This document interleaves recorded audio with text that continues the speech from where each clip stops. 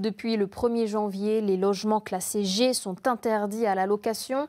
Quels sont les critères du DPE? Quelle est la part des habitations concernées? On fait le point en Haute-Saône avec Frédéric Buridan et Laurent Brocard. Dans la vitrine de cette agence immobilière, des offres de location. Côté performance énergétique, on n'est plus sur du C ou du D. Fini le G qui était synonyme de passoire thermique, une transition préparée depuis plusieurs mois.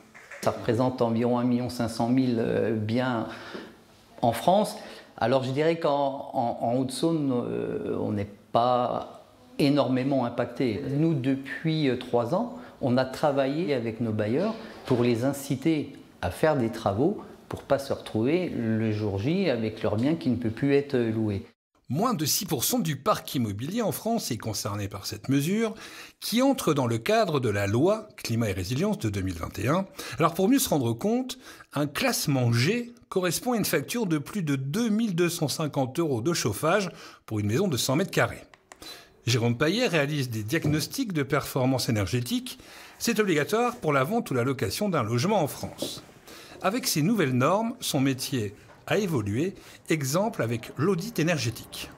Alors l'audit énergétique existait déjà sur les F et G. Voilà. Et cette année, il est étendu au E. Donc l'audit énergétique, on va prendre la base de travail, c'est le DPE. Et à partir de cette base-là de travail, on va établir les travaux qu'il faut faire pour sortir le bien de la note énergivore, donc E, F ou G. Et de nouvelles échéances sont déjà actées. En 2028, il ne sera plus possible de louer des logements classés F. Et en 2034, ce sera au tour de ceux classés E.